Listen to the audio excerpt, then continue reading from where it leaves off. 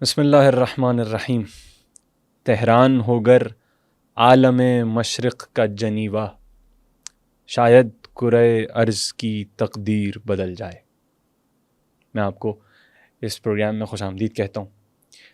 آپ سب یہ اس بات سے آگاہ ہیں اور ہم سب اس عصر میں زندہ ہیں کہ جس عصر میں ہم ایک جنگ کو اپنی آنکھوں سے دیکھ رہے ہیں، جو جنگ کسی ایک اسپیسیفک ریجن میں تو برپا ہوئی، لیکن اس کے جو اثرات ہیں وہ اب پورے عالم میں پھیل چکے ہیں۔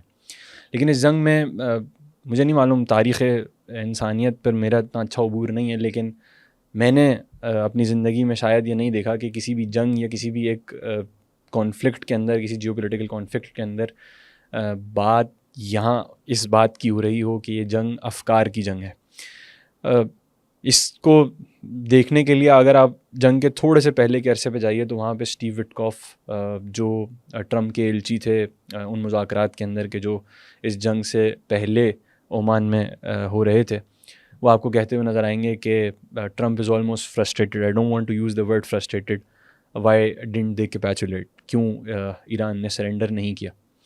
اسی طریقے سے secretary of state Marco Rubio آپ کو یہ کہتے ہوئے نظر آئیں گے کہ we are dealing with people who make geopolitical decisions based on pure theology, یا ایک اور جگہ پر وہ یہ کہتے ہوئے نظر آئیں گے کہ they have apocalyptic vision of future, کہ جہاں پر وہ ایک مہدی کے آنے کا انتظار کر رہے ہیں اور وہ ویسٹ سے ٹکرانا چاہتے ہیں۔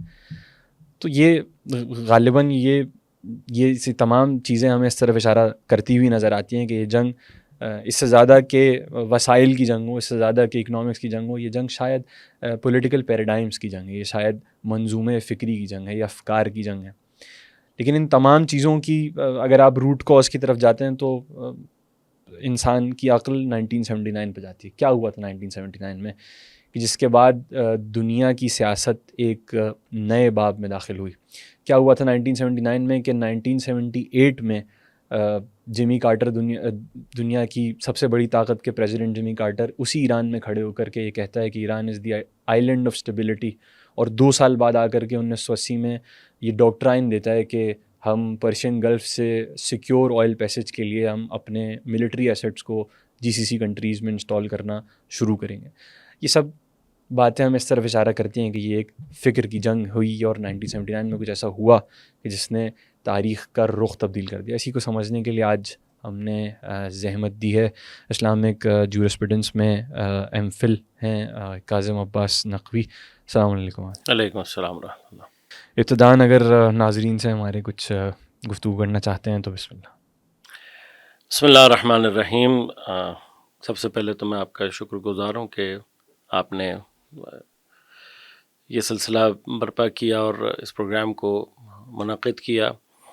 اس وقت بظاہر ضرورت ہے ہمیں کہ ہم اس مسئلے کو سمجھیں جو کہ اس وقت دنیا میں اپنی پوری شدت کے ساتھ ظاہر ہو چکا ہے، اور اب دنیا بالآخر ایک طرف حرکت کر رہی ہے، جو کہ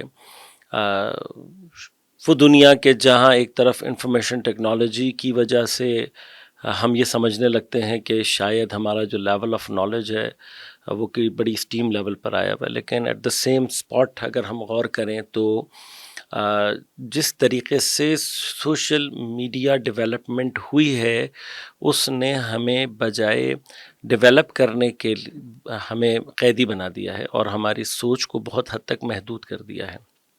اور آپ اگر اس کی ابھی بھی ایک مثال لیں تو اس وقت بھی انفارمیشن ٹیکنالوجی کے اس شدید ترین دور میں بھی ابھی بھی آپ کو ایک بہت بڑی تعداد ایسی نظر آئے گی کہ جس کو اتنے بڑے کانفلکٹ کے جس نے پوری دنیا کو اس وقت ہلا کے رکھا ہوا ہے، ان کو اس کے بارے میں معلوم ہی نہیں ہوگا، اور ان کو یہی نہیں پتہ ہوگا کہ دنیا میں ہو کیا رہا ہے۔ چونکہ وہ ایک اسپیسیفک جو سوشل میڈیا ڈیولپمنٹ ہماری بن چکی ہے، اور سوشل میڈیا ایک اسپیسیفک جو ان کو چیزیں دکھانا چاہتا ہے وہ اس کے اندر، لیکن جہاں کہیں ضمیر بیدار ہو، جہاں کہیں شعور بیدار ہو، البتہ عالمی سطح کی جو تبدیلیاں ہوتی ہیں ان کا ایک زبردست امپیکٹ یہ پڑتا ہے کہ وہ پھر حتیٰ اس یعنی کم ترین سطح جو انٹلیکچوئل ہے اس تک کے لوگوں کو بالآخر انوالو کر لیتی ہے۔ اور اگر کہیں شعور اور ادراک بیدار ہو اور کوئی واقعاً متوجہ ہو چیزوں کی طرف، تو وہ شاید وقت سے بہت پہلے بہت ساری چیزوں کو پریڈکٹ کر رہا ہوتا ہے۔ آپ نے ابتدائی کلام میں ڈاکٹر علامہ اقبال کا جو مشہور معروف شعر پڑھا، میں وہ ایک سلسلہ ہے پورا، اس کو میں مکمل کر دیتا ہوں۔ اس سے پہلے انہوں نے 4 مصرے اور کہے ہیں کہ جن کو ملا کر آج کے زمانے میں اگر انسان ان کو معنی کرے تو یہ بھی اندازہ ہوتا ہے کہ ایک مفکر آج سے 100 سال پہلے، یعنی اب جب ہم علامہ اقبال کی بات کر رہے ہیں تو تقریباً یہ اشعار 100 سال پرانے ہیں۔ 100 سال پہلے علامہ اقبال یہ شعر اس طرح سے کہہ رہے ہیں کہ پانی بھی مسخر ہے، ہوا بھی ہے مسخر، کیا ہو جو نگاہ فلک پیر بدل جائے۔ یعنی جو اب مجھے واقعاً میں خود بھی جب یہ اشعار پڑھ رہا ہوں تو مجھے تعجب ہو رہا ہے کہ علامہ جو ہے وہ شاید پانی اور ہوا سے وہ زمانہ دیکھ رہے ہیں کہ جہاں پر نیوی اور ایئر فورس اس جگہ پر پہنچ جائے گی کہ پوری پانی کا اور جو سمندر ہے اس کا کنٹرول، اور پھر ہوا پہ ایئر ڈیفنس سسٹم۔ اور حالانکہ علامہ کی جو وفات ہے وہ بھی 1939 ہے، which is pre World War II، جس میں یعنی کہ جی ورلڈ وار 2 سے ڈیفینیٹلی پہلے آپ کی وفات ہے۔ اور یقیناً وہ زمانہ جہازوں کا ہے، لیکن F-16 یا F-35 اور یہ والے ٹیکنالوجی نہیں ہے، لیکن still he is looking at those things. اور پھر وہ یہ کہہ رہے ہیں کہ پانی بھی مسخر ہے، ہوا بھی ہے مسخر، کیا ہو جو نگاہ فلک پیر بدل جائے، دیکھا ہے ملوکیت افرنگ نے جو خواب۔ ملوکیت افرنگ یعنی غرب نے، فرنگیوں نے ان کی جو ہیجمنی اور ان کی جو ملوکیت اور بادشاہت ہے، انہوں نے اس کو بادشاہت سے تعبیر کیا ہے۔ یعنی اس وقت بھی علامہ کو یہ نظر آ رہا تھا کہ یہ جو فیک ڈیموکریٹک ان کا نعرہ ہے ڈیموکریسی کا، اور جو ہم نے دیکھ لیا اب تو اگر کوئی بھی ویسٹ کو ڈیموکریٹک کہتا ہے تو میرے خیال سے شاید وہ احمق ہے۔ یعنی جس طریقے سے خود ان کے اپنے ہاں، یعنی میرے خیال تو کہیں پہ بھی جو ہے وہ ویسٹ میں صحیح ریل جو ڈیموکریسی ہے وہ ایگزسٹ نہیں کرتی۔ ابھی جو ہم آپ سے بات کر رہے ہیں نو کنگ پروٹیسٹ امریکہ میں جو ہے اب امریکہ میں نظر آ رہا ہے، یعنی اب کم از کم ڈیموکریسی میں جاری ہے۔ ایگزیکٹلی، یعنی لوگوں کو وہ سارا چیزیں اب سمجھ میں آ رہی ہیں کہ یہ جو اتنے عرصے ہمیں بیوقوف بنایا گیا ڈیموکریسی کے نام پہ وہ کیا ہے۔ تو کہا کہ دیکھا ہے ملوکیت افرنگ نے جو خواب، ممکن ہے کہ اس خواب کی تعبیر بدل جائے۔ کیا خواب دیکھا ہے؟ پوری دنیا کو قابو کرنے کا، پوری دنیا پر اپنی ہو۔ یہ کیا خود کیا یہ اپروچ ڈیموکریٹک اپروچ ہے؟ دیکھیں بہت سارے سوالات ہیں، انشاءاللہ گفتگو میں بات کریں گے۔ آپ یونائٹڈ نیشن بناتے ہیں اور یونائٹڈ نیشن کے اندر آپ 4 ملکوں کو ویٹو پاور دے دیتے ہیں، یہ کون سا ڈیموکریٹک بیس ہے؟ یعنی یہ ویٹو پاور کا تصور جو ہے، اسی وجہ سے شاید ضمیر جعفری صاحب نے آج سے تقریباً 50 سال پہلے یونائٹڈ نیشن کے بارے میں جو ایک بڑی مزیدار سی نظم لکھی ہے، اس میں فرماتے ہیں کہ یو این نو میں یو ایس اے کا ہے، باقی نو ہی نو۔ یہ ہمارے وہ مفکرین ہیں جنہوں نے ان تمام حالات کو، کہ جن کو آج میں اور آپ بہت نزدیک سے دیکھ رہے ہیں، اس کو بہت پہلے صرف دیکھا اور نہیں بیان بھی کیا ہے۔ تو کہتے ہیں کہ دیکھا ہے ملوکیت افرنگ نے جو خواب، ممکن ہے کہ اس خواب کی تعبیر بدل جائے، تہران ہو گر عالم مشرق کا جنیوا، شاید کرۂ ارض کی تقدیر بدل جائے۔ خود تہران میں ایسی کیا چیز ہے کہ علامہ اقبال آج سے 100 سال پہلے اسے دیکھ رہے ہیں اور اسے سمجھ رہے ہیں؟ اور ایرانی قوم کی وہ کیا خاصیت ہے کہ جو علامہ کو پاکستان، یعنی اس پاکستان تو ہم نہیں کہیں گے، لیکن بر صغیر پاک و ہند میں بیٹھ کر، بر صغیر میں بیٹھ کر علامہ کو ایرانیوں سے وہ توقع نظر آ رہی ہے کہ جس کی بنا پر وہ آج سے 100 سال پہلے یہ کہہ رہے ہیں کہ تہران ہو گر عالم مشرق کا جنیوا۔ اچھا، اس میں ایک امپورٹنٹ بات ایسپیکٹ یہ ہے، مجھے نہیں معلوم کہ یہ صحیح ہے، یعنی چونکہ پہلے شعر میں انہوں نے خدا کی طرف اس نسبت دی ہے کہ شاید کہ نگاہ فلک پیر بدل جائے، تو مجھے اس کی تصحیح کیجیے گا میری کہ غالباً یہ ایرانیوں کی نیشنلزم کے اوپر ان کی نگاہ نہیں ہے، غالباً اس کی کسی اور چیز کی طرف نگاہ۔ دیکھیے یہی، اور باوجود اس کے کہ وہاں معذرت کی بات کر رہا ہوں، باوجود اس کے کہ وہاں پر 1939 تک، جب تک ان کی حضرت 90 اگر میں غلط نہیں ہوں، اس وقت تک ایک ٹائرنٹ بادشاہت کی حکومت ہے، جی الہی نظام حاکم نہیں ہو سکتا۔ ایسے ہی ہے۔ دیکھیے اب ہم چونکہ فعلاً یہاں پہ تہران کی ہسٹری کو ڈسکس نہیں کر رہے کہ ہم ترتیب سے وہ سارے سلسلے ڈسکس کریں اور وہاں ہونے والی جو مقاومتیں اور جو تحریکیں وہاں پر چلی ان کو ڈسکس کریں، البتہ that is very much more important now اس کو سمجھنے کے لیے، کیونکہ وہ سارے وہ مقدمات ہیں کہ جو آگے چل کے ہمیں انقلاب اسلامی کی جو فاؤنڈیشن ہے اس کو سمجھنے میں مدد دیتے ہیں، ان کی جو آئیڈیالوجیکل فاؤنڈیشن اس کو سمجھنے میں مدد دیتے ہیں۔ بنیادی طور پر یہ ایک مشکل رہی ہے ہمارے ہاں جو ڈیوائڈ اینڈ رول کی شیطانی پالیسی ہے، میں اس کو بہت I am very much clear بالکل اباؤٹ دس کہ جو ڈیوائڈ اینڈ رول کی پالیسی ہے، دو پالیسیز یا دو بڑے مشہور جملے، یہ 100% شیطانی جملے ہیں، ایک ڈیوائڈ اینڈ رول اینڈ دوسرا everything is fair in love and war. ان دونوں کا اسلام سے کوئی تعلق نہیں ہے، نہ اسلام everything fair and love and war کا قائل ہے اور نہ اسلام ڈیوائڈ اینڈ رول کی پالیسی کا قائل ہے، بلکہ اسلام بنیادی طور پر اتحاد، یعنی حتیٰ جو اسلام کے مخالفین ہیں ان کو بھی اسلام اس بات کی دعوت دیتا ہے، کفار سے یعنی جو یہودی ہیں، جو عیسائی ہیں، یعنی جو اللہ یا کسی ڈیوائن اتھارٹی میں بلیو رکھنے والے ہیں، دین اسلام ان کو بھی کہتا ہے کہ اگر تم کسی ڈیوائن اتھارٹی میں بلیو رکھتے ہو، آؤ اسی ڈیوائن اتھارٹی کے اوپر آ کر ہم متحد ہو جائیں ان کے خلاف کے جو ڈیوائن اتھارٹی کے خلاف ہیں۔ صرف وہ افراد کے جو یوں سمجھ لیجئے کہ خدا کے مخالف، اور خدا کے مخالف بھی وہ افراد کے جو خدائی نظام کے مخالف ہیں، اور یہ وہ تمام افراد ہیں کہ جو بنیادی طور پر مینیپولیشن، استحصال کے ذریعے سے زمین پر اپنی حکومت چاہتے ہیں اور لوگوں کو اپنا غلام بنا کر رکھنا چاہتے ہیں۔ یہ وہ طبقہ ہے کہ جس کے لیے دین مبین اسلام یہ کہتا ہے کہ یہ وہ فتنہ ہے، یہ وہ افراد ہیں کہ جن سے لڑنے کی اور جن سے جنگ کرنے کی ضرورت ہے۔ And it is very obvious کہ جب دین یہ کہ دین نہیں کہتا ہم سے کہ تم مثلا یہودیوں سے لڑو، تم عیسائیوں سے لڑو، تم کسی اور طبقے سے نہیں، ہماری جنگ دین کی جنگ، کبھی بھی یہ جنگ نہیں رہی۔ اور یہی وہ بیسک پوائنٹ ہے جس کو ہمیں سمجھنے کی ضرورت ہے۔ اگر ہم نے یہ پوائنٹ نہیں سمجھا، ہمیں کبھی بھی انقلاب اسلامی ایران کی جو آئیڈیالوجیکل فاؤنڈیشن ہے وہ سمجھ میں نہیں آئے گی۔ So we have to go back, تھوڑا سا ہمیں پہلے تاریخ میں پیچھے جانے کی ضرورت ہے اور یہ دیکھنے کی ضرورت ہے کہ انبیاء کا جو سلسلہ آیا اور انبیاء کے مخالفین کون رہے ہیں، اور انبیاء کے مخالفین جو مخالفت کرنے والے تھے ان کی مخالفت کی وجہ کیا تھی۔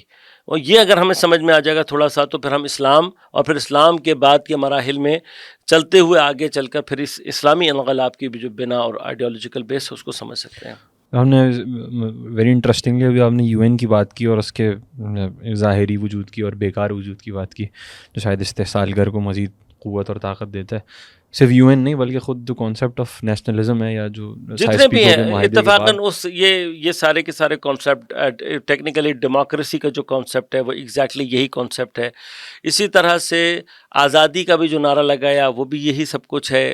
اس کے علاوہ جتنے بھی اسکولز انہوں نے اسکول آف تھاٹ ڈیولپ کیے وہ سارے کے سارے الٹیمیٹلی اسی ایک چیز کو سپورٹ کرتے ہیں کہ جو تاریخ میں انبیاء کا مخالف رہا ہے نظام۔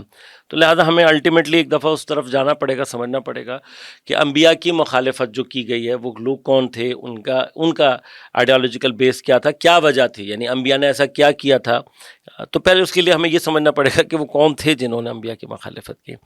تو ویری انٹرسٹنگلی اگر آپ دیکھیں گے تو قرآن کریم میں ہم ایک عام طور پہ جو پبلکلی آئیڈیا رکھتے ہیں وہ یہ رکھتے ہیں کہ شاید انبیاء کے جو سب سے بڑے مخالف تھے وہ ان کے زمانے کے ظالم بادشاہ۔ یہ ایک ہمارے ہاں کامن ایک کانسیپٹ پایا جاتا ہے وچ از ناٹ کریکٹ، صحیح نہیں ہے، یہ ایک غلط مشہور ہے۔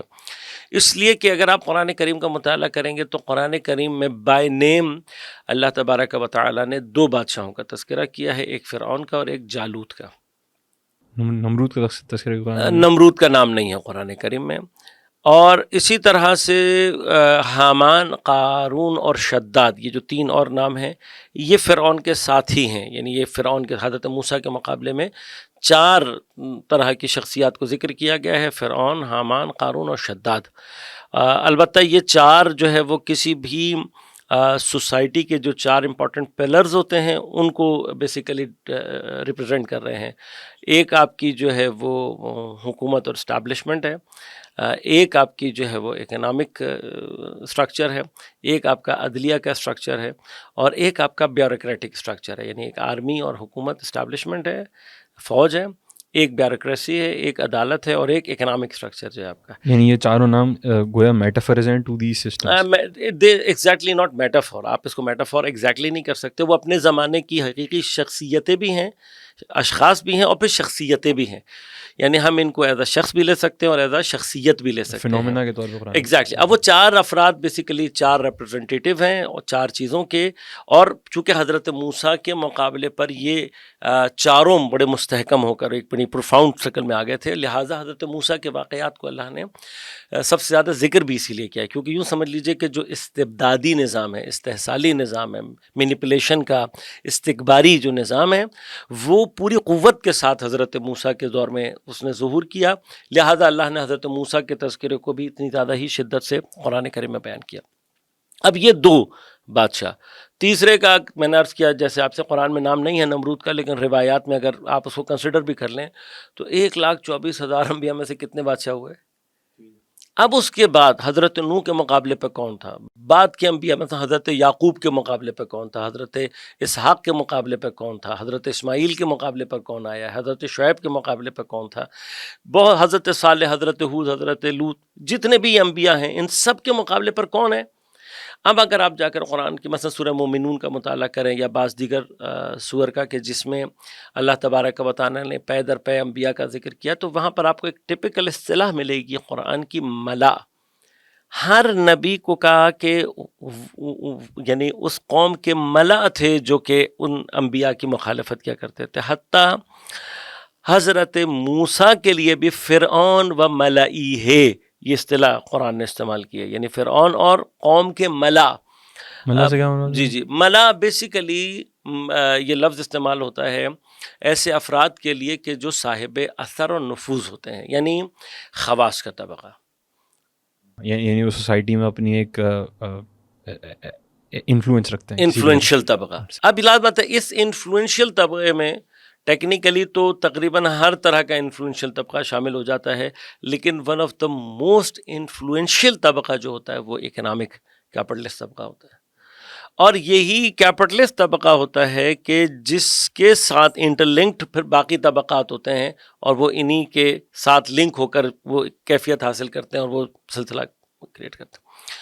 اب جو اکنامک انفلوئنس ہے اور اکنامک مینیپولیشن اور استحصال ہے, اگر آپ غور کریں تو جو کیپٹلزم کا نظام ہے بنیادی طور پہ یہ ایک بڑا یعنی بنیادی طور پہ جو ہے وہ دھوکہ ہے جو دیا جاتا ہے, ایک ڈسیپشن ہے. اور یہ کہا جاتا ہے جی اکنامکس جو ہے وہ مارکیٹ اور کمپٹیشن اور ان چیزوں سے, اس کمپٹیشن کے پیچھے ایک لیزر فیئر اکانومی ہے اور اس کے پیچھے ایک ہڈن ہینڈ ہے. یہ ہڈن ہینڈ کیا ہے؟ جب آپ کمپٹیشن کی بات کر رہے ہو, اوپن اینڈ اکانومی کی بات کر رہے ہو, تو یہ ہڈن ہینڈ کیا چیز ہے کہ جو پوری اکانومی کو کنٹرول کرتا ہے. یہ اس میں بعض اوقات کبھی جب میں اپنی جوانی میں ہم ماسٹرز کر رہے تھے اکنامکس کا, تب بھی میں تعجب کرتا تھا کہ یہ اگر آپ کمپٹیٹیو اکانومی کی بات کر رہے ہو تو پھر ہڈن ہینڈ کیا چیز ہے؟ بیسیکلی ہڈن ہینڈ جو ہے وہ وہی کیپٹلسٹ ہے جو کہ آپ کی پوری اکانومی کو گورن کرتا ہے اور اس کے موڈز کو چینج کرتا ہے اور اس کو چلاتا ہے اور سب کچھ کرتا ہے. اور یہی وہ ہینڈ ہے بنیادی طور پہ جو کہ استحصال کرتا ہے, جو کہ لوگوں کو مینیپولیٹ کرتا ہے. اب بنیادی طور پہ کیپٹلزم کا جو پورا اسٹرکچر ہے, دیکھیں سر لائنل رابنس نے ڈیفینیشن دی تھی جو کہ one of the most famous and still اس کو بہت زیادہ بیان کیا جاتا ہے کہ جی اکنامکس جو ہے از اے سبجیکٹ جو کہ آپ کے بیہیویئر کو اسٹڈی کرتا ہے آپ کی میکسیمم سیٹسفیکشن کے لیے. چونکہ آپ کے ریسورسز لمیٹڈ ہیں اور آپ کی وانٹس ان لمیٹڈ ہیں, تو ان لمیٹڈ ریسورسز اور ان لمیٹڈ وانٹس کے درمیان میں آپ کا وہ کون سا بیہیویئر ہوگا جو کہ آپ کو میکسیمم لیول آف سیٹسفیکشن پہ لے کے جائے گا. یہ وہ کامن ڈیفینیشن آف اکنامکس. لیکن اگر آپ غور کریں گے تو اس ڈیفینیشن کے اندر پیراڈاکس موجود ہے. دیٹ پیراڈاکس یہ ہے کہ اگر آپ کی لمٹ جو خواہشات ہیں وہ واقعاً ان لمیٹڈ ہیں کہ ہیں, یہ تو انٹیوشن آپ کو بتا دیتی ہے کہ آپ کے اندر ان لمیٹڈ یا ان لمیٹڈ کی خواہش ہے, باؤنڈ ٹو انفینٹی. ٹھیک. اب وہ خواہش کو پورا کرنے کے لیے آپ جا رہے ہو لمیٹڈ ریسورسز کی طرف. اور یہ تو میرے خیال سے اب میں اگر کوئی 7ویں 8ویں کے بچے سے بھی پوچھوں گا کہ اگر ایک طرف انفینٹی آ جائے, ان لمیٹڈ آ جائے, اور دوسری طرف لمیٹڈ نمبر, فائنائٹ نمبر جتنا مرضی بڑا ہو, انفینٹی کے آگے اس کی ویلیو کیا رہ جاتی ہے, is equal to zero. Approach to zero ہو جاتا ہے. وچ مینس کہ اگر یہ والی بات صحیح ہے, یعنی پہلی لائن صحیح ہے, تو you will not get the maximum level of satisfaction, but will you get from the limited resources is zero level of satisfaction.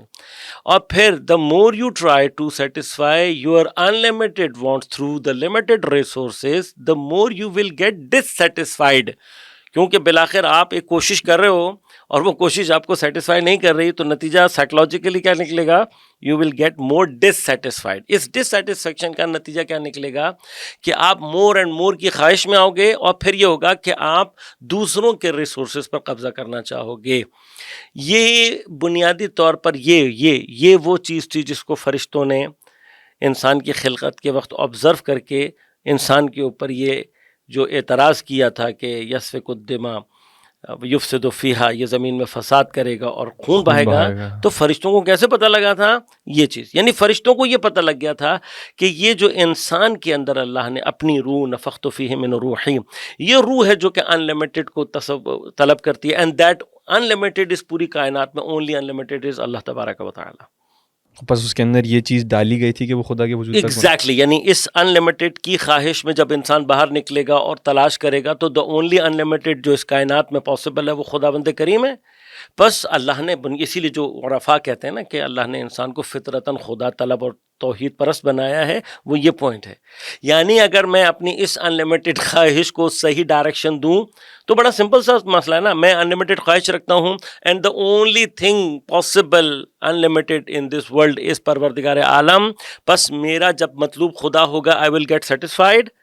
ہاں, ایکویشن برابر ہو جائے گی نا, ان لمیٹڈ خواہش ہے, ان لمیٹڈ ذات ہے, یو ول گیٹ سیٹسفائڈ. اسی کو 1400 سال پہلے قرآن کہہ رہا ہے, الا بذکر اللہ تطمئن القلوب. اب یہاں سے مسئلہ یہ شروع ہوتا ہے کہ جب آپ کا مطلوب خدا نہیں ہے اور آپ غیر خدا کو طلب کر کے اپنی اس ان لمیٹڈ کو پورا کرنا چاہتے ہو, you will not get satisfied. جب آپ سیٹسفائڈ نہیں ہوگے تو یو ول گیٹ ڈسسیٹسفائڈ, اور پھر آپ کے اندر طمع, لالچ, یہ سب کچھ بڑھے گا. پھر آپ کیا کرو گے, آپ دوسروں کے ریسورسز کو قبضہ کرنا چاہو گے, دوسروں کو اپنا غلام بنانا چاہو گے. یہ وہ استحصالی فکر ہے کہ جس کا راستہ روکنے کے لیے اللہ نے انبیاء کو بھیجا. تمام شریعتیں, دا کور, اگر آپ تمام شریعتوں کا کور دیکھیں, عبادی نظام کا ایک ہونا شاید it is not that much important. یعنی یہ کہ کسی شریعت میں نماز ایسے تھی نہیں تھی, کسی شریعت میں روزہ ایسے تھا یا نہیں تھا, کسی شریعت میں حج تھا یا نہیں, کسی شریعت میں جو ہے مالی عبادت تھی یا نہیں تھی, that is not important. The most important thing of شریعت کے جس کے لیے اللہ کہتا ہے ما وصینا, یہ وہی وصیت ہے یا وہی شریعت ہے جو ہم نے آدم سے لے کے نبی تم تک دی. اس کا جو کور ہے, جس کو جو سب میں کامن ہے, وہ کیا ہے, ان شریعتوں کو ڈیزائن کیا گیا ہے استحصال کا راستہ روکنے کے لیے. یہ جو مینیپولیشن, آپ یہ میں مجھے تصحیح کیجیے گا اگر میں غلط ہوں, تو یہی جو ان لمیٹڈ خواہشات کو لمیٹڈ ریسورسز سے پورا نہ ہوتے ہوئے ڈسسیٹسفیکشن کے نتیجے میں یہ ورلڈ ہیجمنیز اور سپر پاورز وجود میں آتی. ایگزیکٹلی ایسا ہی. اب ہم نے پچھلی صدی میں یہ دیکھا, اسپیسیفکلی ورلڈ وار 2 کے بعد امریکہ, ایک یونائٹڈ اسٹیٹس, ایک ان چیلنجڈ سپر پاور ایمرج ہو گیا, اور ادھر سوویٹ یونین بھی تھا کسی حد تک, لیکن پھر ظاہر ہے کہ سوویٹ یونین کے اپنے مسائل اور اس کا پھر ایک بالآخر ٹوٹ جانا اور ٹکڑوں میں بٹ جانا. لیکن امریکہ نے پریویل کیا اس پوری پچھلی سینچری کے اندر ایک سپر پاور کے ہونے کے حد تک. میں آپ سے جو سوال پوچھنا چاہتا ہوں, اس حقیقت کو بیان کرنے کے بعد یہاں پوچھنا چاہتا ہوں کہ یہ جو ورلڈ ہیجمنی تھی اور جو ہے آج روبہ زوال ہے, 1978 میں اس کا پریزیڈنٹ آتا ہے, ایران میں بیٹھتا ہے, نیاوران شاہ ایران کے پیلس میں جا کر کے یہ تقریر کرتا ہے 1978 ایو آف نیو ایئر میں. وہاں کہتا ہے کہ Iran is the island of stability in one of the more troubled areas of the world. اور یہ دورہ اس نے اپنی مرضی سے کیا تھا اس کی, اور اس باقاعدہ اپنی اسپیچ میں مینشن بھی کرتا ہے. پھر اس کے بعد ٹھیک 2 سال بعد 1980 میں یہ ایک ڈاکٹرائن دیتا ہے, جمی کارٹر, جس ڈاکٹرائن کے اندر یہ اس بات کا پہلی دفعہ اظہار کرتا ہے کہ ہم نے جی سی سی کنٹریز میں اپنی ملٹری ایسٹس کو اسٹریٹجکلی پلیس کرنے کے لیے ضروری ہے تاکہ ہم سیف پیسیج آف انرجی. اس وقت امریکہ تقریباً 100% ڈپینڈنٹ تھا GCC کے آئل پہ. سیف پیسیج آف انرجی کو انشور کر سکیں. اس کی وہ 2 وجوہات بیان کرتا ہے. ایک تو افغانستان میں رشیا کی invasion which might have had some impacts on the Persian Gulf, لیکن subsequently ہوتے اس کے. دوسری جو وجہ وہ بیان کرتا ہے وہ اسلامک ریولیوشن ہے ایران کے اندر. بنیادی طور پہ میرا آپ سے سوال کیا ہے, صرف 2 سال کے عرصے میں یہ جو ایک پیراڈائم شفٹ آ گیا ہے اس کی اسٹریٹجی کے اندر, اسی جو آپ نے اصطلاح استعمال کی ملأ قوم کی اسٹریٹجی کے اندر یا پھر اس سے نتیجہ وجود میں آنے والی ہیجمنی کی اسٹریٹجی کے اندر, کیا ہوا 1979 میں کہ یہ ایک انفجار نور ہے. انفجار نور کی آپ یعنی وہ جو انقلاب اسلامی ہے 79 میں انقلاب اسلامی کا برپا ہو جانا, کامیاب ہو جانا, یہ وہ چیز ہے. دیکھیں بنیادی طور پہ یہاں پر جو ویسٹ چاہتی تھی, تھوڑی سی بحث اصل میں ہماری, مجھے نہیں پتا ہمارے پاس ٹائم کتنا ہے اور ہم کس فریم میں کھڑے ہوئے, لیکن خود ایک سوال ہے نا ہمارے اور آپ کے لیے کہ اگر ہم تھوڑا سا ہسٹری کو پیچھے لے کر جائیں اور کلونیلزم اور نیو کلونیلزم دور کے اندر ہم یہ دیکھتے ہیں کہ جی ایسٹ انڈیا کمپنی آتی ہے اور آنے کے بعد ایک تجارتی کمپنی آنے کے بعد اتنے بڑے سب کانٹیننٹ کے اوپر جو ہے وہ حکومت کر لیتی ہے. میرا آپ سے ایک سوال ہے کہ جب یہ لوگ آئے تھے تو کتنے لوگ آئے ہوں گے وہاں سے اٹھ کر کے اتنے بڑے سب کانٹیننٹ کے اوپر جو ہے وہ قبضہ کر لیں. ہمارے پاس ہسٹری بڑی مزیدار سی, آپ کو یہ بھی شاید پتہ ہوگا کہ الیگزینڈر دی گریٹ, اسکندر اعظم کو شکست کہاں ہوئی تھی؟ میرا جہاں تک چھوٹی سی میری اطلاعات ہیں تو اس کو انڈین سب کانٹیننٹ میں شکست ہوئی تھی. اچھا, انڈین سب کانٹیننٹ جی یہاں سے آگے نہیں جا سکا جی یہاں پہ کچھ یہاں پہ بہت ساری چیزوں پہ قبضہ کیا اس نے, بہت سارے علاقے, لیکن جو اس کو آخری شکست وغیرہ ہوئی ہے وہ اسی ریجن میں ہوئی ہے. اب سوال یہ پیدا ہوتا ہے کہ اس کا مطلب یہ ہے کہ یہاں کے لوگ کمزور نہیں ہیں. اچھا اس کے بعد ٹھیک ہے, اسلام جب آیا اور اسلام نے آنے کے بعد یہاں پر اسلام پھیلا تو اس کے اپنے ریزنز ہیں, اس کے اوپر پوری ڈسکشنز ہیں, کتنی انویژن ہوئی اور کتنی کنورژن ہوئی, بس وہ ایک ساری بحث اپنی جگہ. لیکن 1100 سال یہاں پر مسلم حکومت رہی اور مسلمان رہے اور دیور ویری اسٹرانگ. ٹھیک ہے, مغلز آئے, مغلز کے آنے کے بعد بھی یہاں پر اسلام باقی رہا, اسلامی حکومت باقی رہی. 1100 سال کی ایک اسلامی حکومت, ایک فوج, ایک طاقت, ایک قدرت, جن کی اکنامک اسٹیبلٹی ایسی ہے کہ جو ویسٹرنرز یہاں آئے ہیں اور انہوں نے آنے کے بعد پہلی مرتبہ بر صغیر کو نزدیک سے دیکھا تو انہوں نے کہا یہ تو خزانے کا ڈھیر ہے, یہ تو سونے کی چڑیا ہے, یہاں تو فقیر ڈھونڈے سے نہیں ملتا. ان کا ایتھیکل, ان کا جو اخلاقی اور نظام ہے اقدار کا وہ اتنا اسٹرانگ ہے, یہ سب موجود ہے کتابوں میں. کتنے ہزار لوگ, کتنے لاکھوں کی فوجیں آئی ہوں گی اس سب کانٹیننٹ پہ قبضہ کرنے.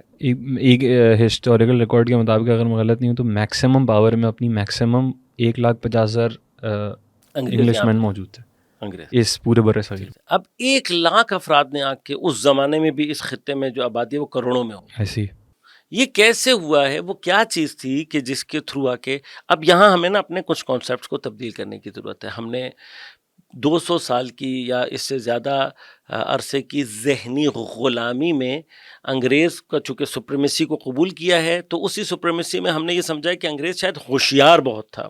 میں یہاں کریکشن کرنا چاہتا ہوں, انگریز کبھی بھی ہوشیار نہیں رہا, انگریز ہمیشہ مکار رہا ہے. یہ ہمیں اب لائن اپنی جو ہے نا واضح کرنی ہے زندگی میں, اب آ کر ہمیں ان کو سمجھنے کی ضرورت ہے. انگریزوں نے ہمیشہ مینیپولیشن کے تھرو قبضہ کیا ہے, اور وہ جو طریقہ, اب اگر آپ, مزیدار بات ہے, اگر آپ ان کا ایسٹ انڈیا کمپنی کا رول سب کانٹیننٹ کے اوپر حکومتوں کو قائم کرنے میں سمجھ لیں تو آپ کو ان کی باقی پوری دنیا پر حکومت کا جو گیم ہے وہ سمجھ میں آ جائے گا. افریقہ میں یہ کیا کرتے پھر رہے ہیں, ایشیا میں کیا کرتے پھر رہے ہیں, پوری دنیا میں یہ کیا کرتے, لیٹن امریکہ میں کیا کرتے پھر رہے ہیں, سب سمجھ میں آ جائے گا. گیم کیا ہے, گیم یہ ہے.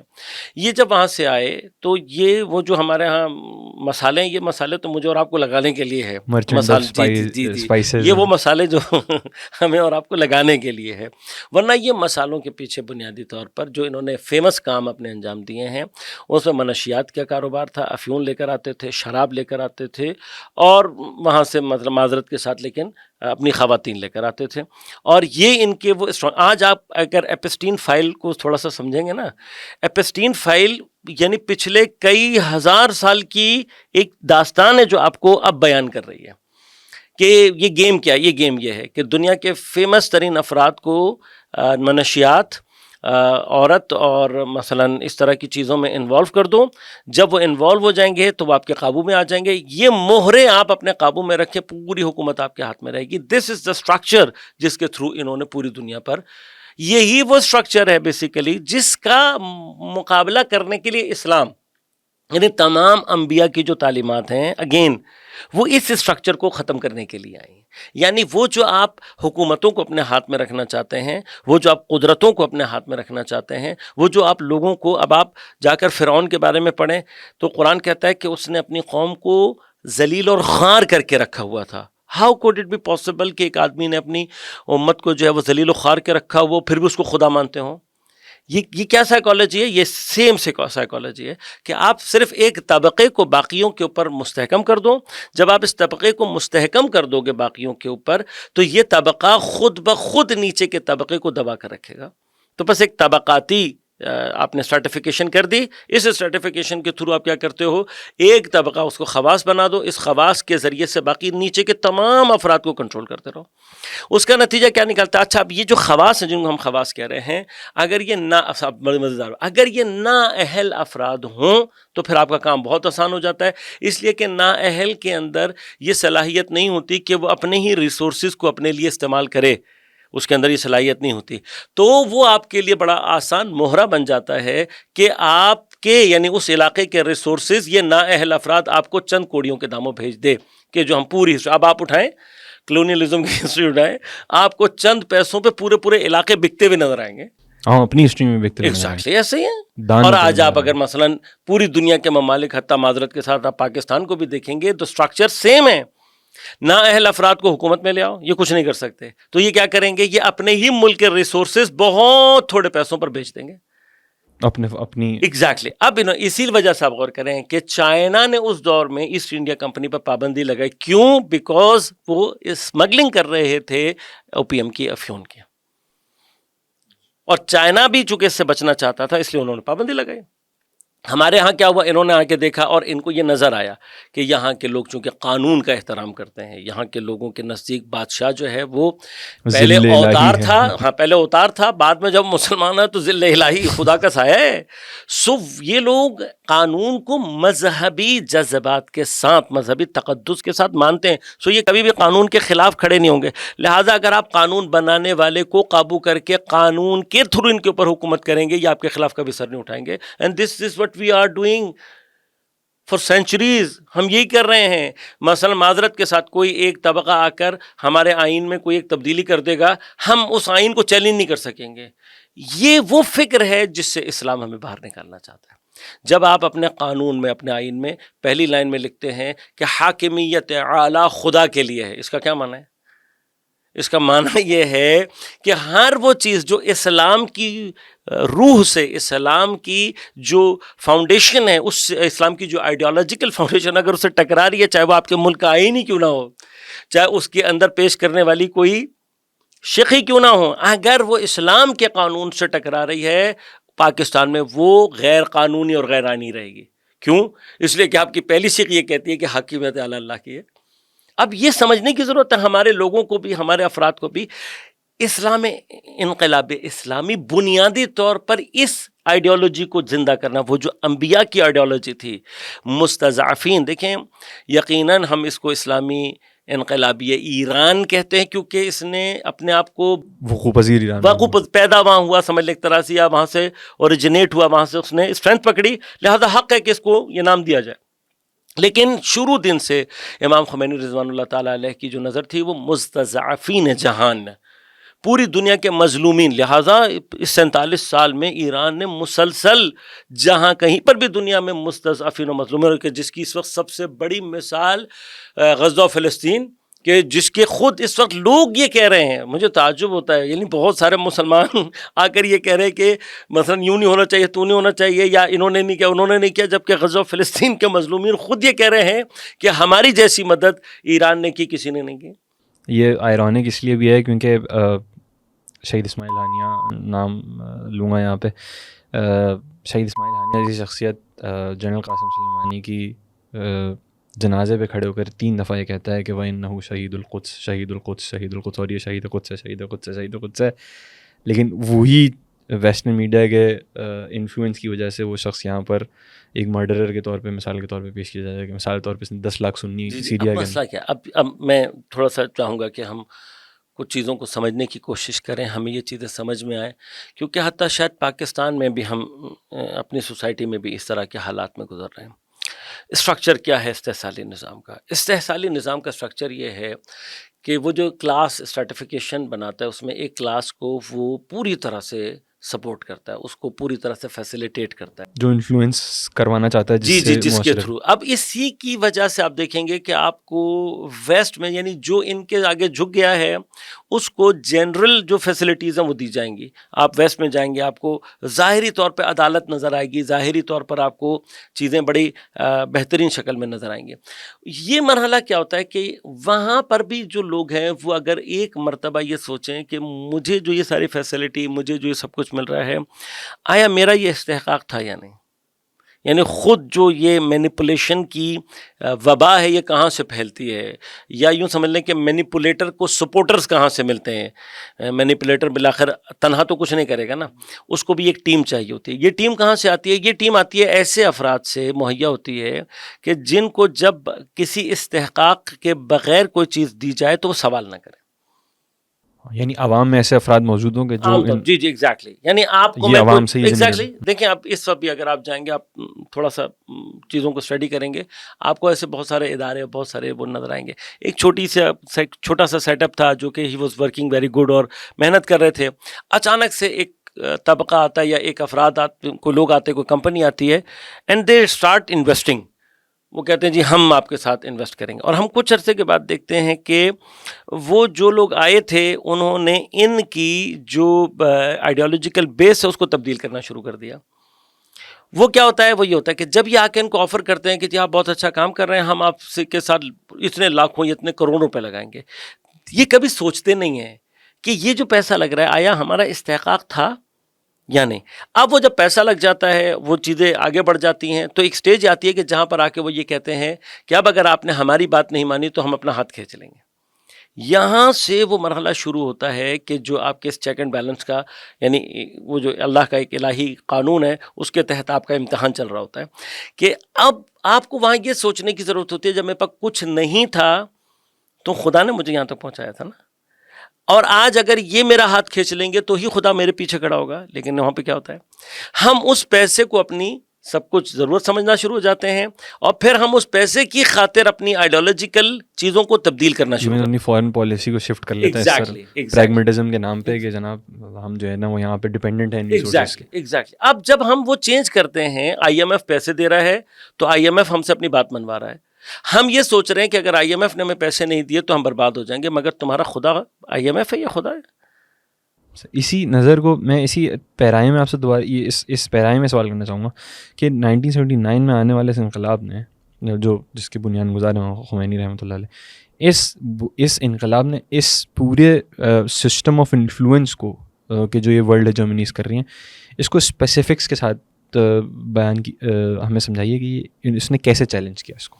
دیکھیں, جس وقت دنیا میں نیو کولونیلزم اور سسٹم ختم ہوا, سیکنڈ ورلڈ وار کے بعد ایک پوری دنیا کی جو شکل تھی اس کو تبدیل کی جا رہی ہے, پیکو کے معاہدے کے بعد نیشن اسٹیٹس کا. جی تو پھر آپ دیکھیں گے کہ اس ریجن میں زیادہ تر مزیدار بات یہ ہے کہ ڈیموکریسی کے سب سے بڑے علمدار اس ریجن میں ہر جگہ بادشاہت قائم کر رہے تھے. ایگزیکٹلی ایسے خود انسٹال کر رہے تھے. جی ہر جگہ پہ آپ دیکھیں گے ایٹ ٹائمز ڈیموکریسی کو ہٹا کے بادشاہ انسٹال. ایگزیکٹلی. وہاں پہ مثلا خود مصدق کو ہٹا کر بادشاہ کو, یعنی ان کا پلان کیا تھا؟ پلان یہ تھا کہ یہ ہر جگہ بادشاہت کے تھرو چیزوں کو کنٹرول کریں گے, کیونکہ بادشاہ, اب یہ یہاں پہ ڈیموکریسی کو کیوں انٹرٹین نہیں کر رہے تھے, اس لیے کہ ان کو پتا تھا کہ ڈیموکریسی میں وہ پوائنٹ باقی رہ جاتا ہے کہ جہاں پر کوئی اور آ کر انفلوئنس پیدا کر لے. بادشاہت کا فائدہ یہ ہوتا ہے کہ آپ نے بادشاہ کو اپنے قابو میں رکھا ہوا ہے, جو یہ ایکسپیریمنٹ پیچھے کر چکے تھے سب کانٹیننٹ میں, کہ آپ نے بادشاہ کو مثال ایک بات ہے, بادشاہ کو آپ نے نشے کا عادی بنا دیا ہے اور نشہ آپ کے ہاتھ میں ہے, اور آپ نے نشہ اگر کنٹرول کر لیا تو سب کچھ. اور میں یہاں پر ایک چیز بیان کرتا چلا جاؤں, بہرحال ہو سکتا ہے بہت سارے لوگ ہمارے اس ویو سے اختلاف کریں, لیکن بہت سارے, مجھے یاد ہے I was preparing for the CSS examination. تو جس زمانے میں امریکہ نے افغانستان پر اٹیک کیا تھا, ایک فیک اٹیک, وہ ساری دنیا کو پتہ ہے. اب تو جھوٹ جس طرح سے دنیا کے ساتھ اب بھی اگر کسی کو یہ نہ سمجھ میں آئے چیزیں تو میں سمجھتا ہوں ان کے اپنے جرنلسٹ اس بات سے ٹکر کارلسن. جی ایگزیکٹلی. اب جو ہو رہا ہے دنیا میں نظر آ رہا ہے کہ کتنے جھوٹے ہیں یہ لوگ. یعنی وہ جو دنیا ان کے ترانے پڑتی تھی, اب آ کے دیکھیں نا کہ ان سے زیادہ جھوٹا کون ہے. تو بات یہ کہ اس زمانے میں بھی تو ایک آرٹیکل آیا تھا ڈان اخبار میں, رائٹر کا نام میرے بہت ویوڈلی ذہن میں ہے, یوسف صاحب, محمد یوسف یا یوسف خان, ایگزیکٹلی نہیں ہے. انہوں نے ایک پورا آرٹیکل لکھا تھا اور اس میں انہوں نے یہ بیان کیا تھا کہ امریکہ کے اندر 4 ادارے, CIA, FBI, NSA اور ناسا کا, یہ 4 ایسے ادارے ہیں کہ جن کا جو بجٹ ہے وہ ٹریلین آف ڈالر ہے, اور امریکن اکانومی ان کو فنڈ نہیں کر سکتی, نہیں چلا سکتی. تو کہا اس کا پیسہ کہاں سے آتا ہے؟ اور ایک بڑا پیسہ جو تھا اس نے بیان کیا کہ وہ منشیات کی تجارت کے تھرو آتا ہے. And that is the fact. اگر اس کو کوئی بھی اسٹڈی کرنا چاہے تو, اور اگر ایک اس وقت یعنی یہ چیز ایسی ہے, کسی نابینا سے بھی اگر آپ پوچھیں گے کہ منشیات میں جتنا پیسہ ہے دنیا میں کسی بھی چیز میں نہیں ہے. اور یہ بیسیکلی وہی وہ جو ایک فیک کیپٹلسٹ اکانومی کا کانسیپٹ ہے کہ ہمیں اور آپ کو یہ ڈیمانڈ اینڈ سپلائی میں پھنسایا ہوا ہوتا ہے, میں اور آپ آئل کی پرائسز پہ لڑ رہے ہوتے ہیں, جبکہ اس کے پیچھے اور بہت سارے ایسے فیکٹرز ہیں نادیدہ کہ جو پوری دنیا کی اکانومیز کو تبدیل کر رہے ہیں. ذکر کر رہے تھے بہت سا ہڈن ہینڈ اتنا ناپاک اور اتنا پلید ہے. ہیومن ٹریفکنگ اس کے اندر انوالو ہے, تو ہم نے دیکھ بھی ہیومن پارٹس ٹریفکنگ اس کے اندر انوالو ہے. یہ پیسٹین فائل اب یہ سب چیزیں کھول رہی ہے. منشیات, شراب, گیمبلنگ, یہ ساری کے سارے جتنے بھی پلید کاروبار ہیں یہ تو نہیں ہوتے نا, ان کو تو ڈسکس نہیں کیا جاتا. اسٹاکس ایکسچینج نامی ایک جھوٹ ہے جس کو ہم اور آپ فالو کر رہے ہوتے ہیں. دنیا کی اکانومی اسٹاک ایکسچینج پہ نہیں چل رہی ہوتی. دنیا کی جو اکانومی ہے اس کے بڑے فیکٹرز یہ ہیں, صرف منشیات میں, صرف اسلحے کے کاروبار میں جتنا اس وقت پیسہ انوالو ہے, آپ اس کو تصور کریں. تو اس نے یہ کہا کہ افغانستان جو سب سے بڑا مرکز ہے منشیات کا, جہاں بنائی جاتی ہے اور پھر پوری دنیا میں ترسیل کی جاتی ہے, غالباً یہی وہ انٹرسٹ ہو سکتا ہے رشیا کا بھی, اور جس کے پیچھے پھر امریکہ آیا کہ اس کو نہیں چھوڑنا چاہتا تھا. اور میرے حساب سے میری اپنی ناقص رائے ہو سکتی ہے, لیکن میں بہت واضح طور پر اس بات کو جانتا ہوں کہ طالبان نامی کوئی چیز جو ہے وہ کوئی اسلامک ملیٹنٹ اور کوئی اسلامک تحریک نہیں ہے. یہ بنیادی طور پر وہ پراکسی ہے جس کا کام اس ریجن میں اس سارے کاروبار کو امریکہ کے اور اس طاقتوں کے, میرا خیال ہے اب ان دنوں میں ہمیں بھی واضح ہو گیا یہ چیز. جی ہم پاکستان میں رہتے ہوئے اب تو مطلب اسٹیٹ ادارے بھی باقاعدہ پراکسی کہہ کے پکارتے ہیں, اب یہ واضح ہو گیا. لیکن اس کا اصل کام کیا ہے یہ بھی سمجھنا ضروری ہے کہ اصل کام جو ہے وہ یہ ہے, اور اس کام کی وجہ سے جو ابھی بھی پوری دنیا کو کنٹرول کیا جا رہا ہے, ابھی بھی ایک پوری, آپ جانتے ہیں اس وقت پوری دنیا کے, میں آپ کو چیلنج کر رہا ہوں, پوری دنیا کے بیوروکریٹس, پوری دنیا کے عدلیہ سے تعلق رکھنے والے جرنلسٹ, انفلوئنشل پیپل, دنیا کے جتنے, حتیٰ مولوی, حتیٰ مذہبی طبقہ, جو بھی دنیا کا انفلوئنشل طبقہ لے لیں گے, وہ کہیں نہ کہیں یہ ایپسٹین فائل جیسی کسی چیز کے اندر انوالو ملے گا آپ کو. And through these they are controlling the. اب بنیادی طور پر اب آپ کو اگر آپ یہ سمجھ میں, یہ ایک نظام ہے پلید کہ جس نظام کی جڑوں کو ہلانے کے لیے انقلاب اسلامی. آج جب ہم دیکھتے ہیں کہ انقلاب اسلامی اس فکر کے بالکل اپوزٹ ہے. اب دنیا کا جو پولیٹیکل ایک سٹرکچر تھا, پولیٹیکل تھیوریز تھی, وہ یہ تھیں کہ یہ لوگ بھاگ جاتے ہیں, ان کی جائیدادیں کہیں اور بنی ہوئی ہوتی ہیں, ان کا پیسہ کہیں اور ہوتا ہے, اور دنیا میں کہیں حالات تبدیل ہوں, کوئی رجیم چینج آ جائے, کوئی ایسا انقلاب یا کوئی بھی ایسی تبدیلی آ جائے, یہ طبقہ ایز اٹ از رہتا تھا, یا اس کے چہرے بدل جاتے تھے, یا ایٹ لیسٹ یہ نکل کے بھاگ جاتا تھا. ہم پہلی مرتبہ دیکھ رہے ہیں عزیز دل, ہمیں واقعا میں لوگوں کو چاہتا ہوں کہ وہ ایک دفعہ بیدار ہوں. یہ 2 سال نہیں ہیں جس میں انقلاب اسلامی کے اہم ترین افراد مارے گئے ہیں. یہ صرف یہ 2 سال نہیں ہیں, یہ صرف اس 1 مہینے کی جنگ نہیں ہے جس میں قیمتی ترین افراد کی جانیں گئی ہیں. 47 سال سے یہ انقلاب مسلسل عوام کو نہیں, اپنے خواص کو قربان کر رہا ہے, اور ٹاپ نوچ ترین خواص. ایگزیکٹلی. یعنی انقلاب برپا ہوتا ہے تو 72 افراد کی پوری پارلیمنٹ کو اڑا دیا جاتا ہے, اور اس پارلیمنٹ کے بعد آپ دیکھیں کون سا اس 47 سال میں وہ ٹائم ہے جس میں علماء, افاضل, انٹلیکچوئل, سائنسدان نہیں مارے گئے ہیں. آپ مجھے ٹائم بتائیں, کوئی ایک ٹائم بتائیں. 8 سالہ جنگ کے بعد سے لے کر کتنی عوام مری ہے اور کتنے خواص مرے ہیں یہ دنیا کی, اگر آپ کسی اور اس میں چلے جائیں. اور یہی وہ فکر ہے جس کو اس وقت سمجھنے کی ضرورت ہے. اگر یہ منابع کی جنگ ہوتی، اگر یہ وسائل کی جنگ ہوتی، اگر یہ طاقت اور قدرت رکھنے کی جنگ ہوتی، تو اتنی بڑی تعداد میں ایسے افراد کی شہادت پورے نظام کو ختم کر چکی. کیونکہ جو لوگ قدرت کے پیچھے ہوتے ہیں ان کی پہلی ترجیح اپنی جان ہوتی ہے. جان ہے تو جہان ہے، یہ جان ہے تو جہان ہے. یہ کیپٹلسٹ نعرہ ہے، یہ سرمایہ دار طبقے کا نعرہ ہے. وہ چاہتے کیونکہ جان ہوگی تو جہان ہوگا. لیکن جو اسلامی نظریہ جو پھر بعد میں کربلا سے نشأت اپنی پاتا ہے وہ کیا ہے؟ وہ کہتا ہے شہادت میں حیات ہے. کس کی حیات ہے؟ اب آپ غور کریں، شہادت کے اندر بنیادی طور پہ کس کی حیات ہے؟ آپ تو خود تقریباً، یعنی شہادت یعنی ایک طرح کی موت ہے آپ کے لیے. تو آپ کس حیات کے پیچھے ہیں؟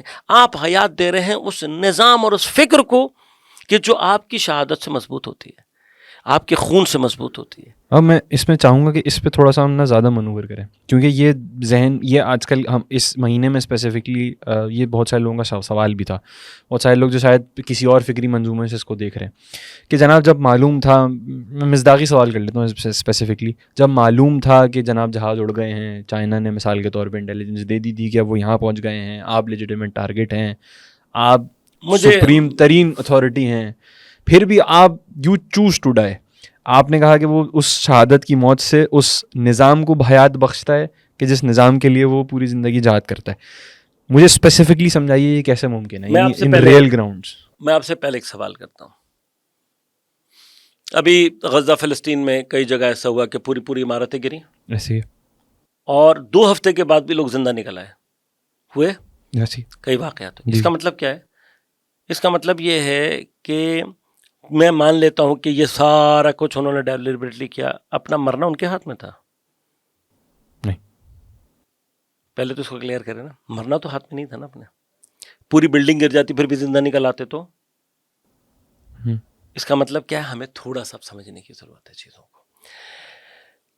مرحلہ کیا ہوتا ہے؟ مرحلہ یہ ہوتا ہے کہ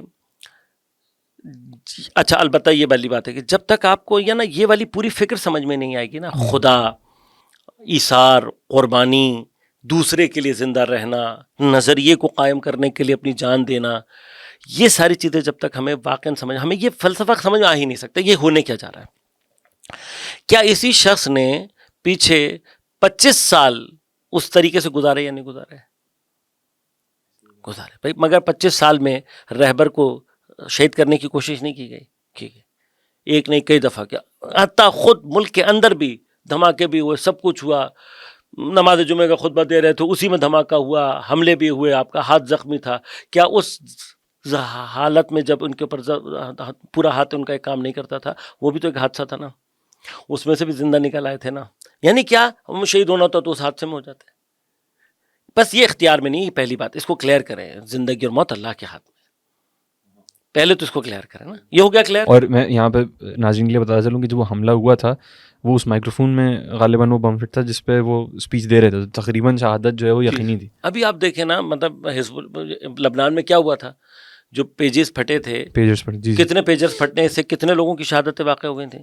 تو بات یہ کہ یہ تو بالآخر زندگی اور حیات تو اپنے اختیار میں، اللہ کے اختیار میں. یہ پہلا مرحلہ ہو گیا. دوسرا مرحلہ کیا ہے؟ دوسرا مرحلہ یہ ہے کہ جان کا بچانا. اچھا، یہ جہاد کی اصل روح بھی یہ ہے. جان کا بچانا آپ پر واجب ہے. کب تک؟ جب تک آپ کی جان کے بچنے سے دین کو فائدہ ہو.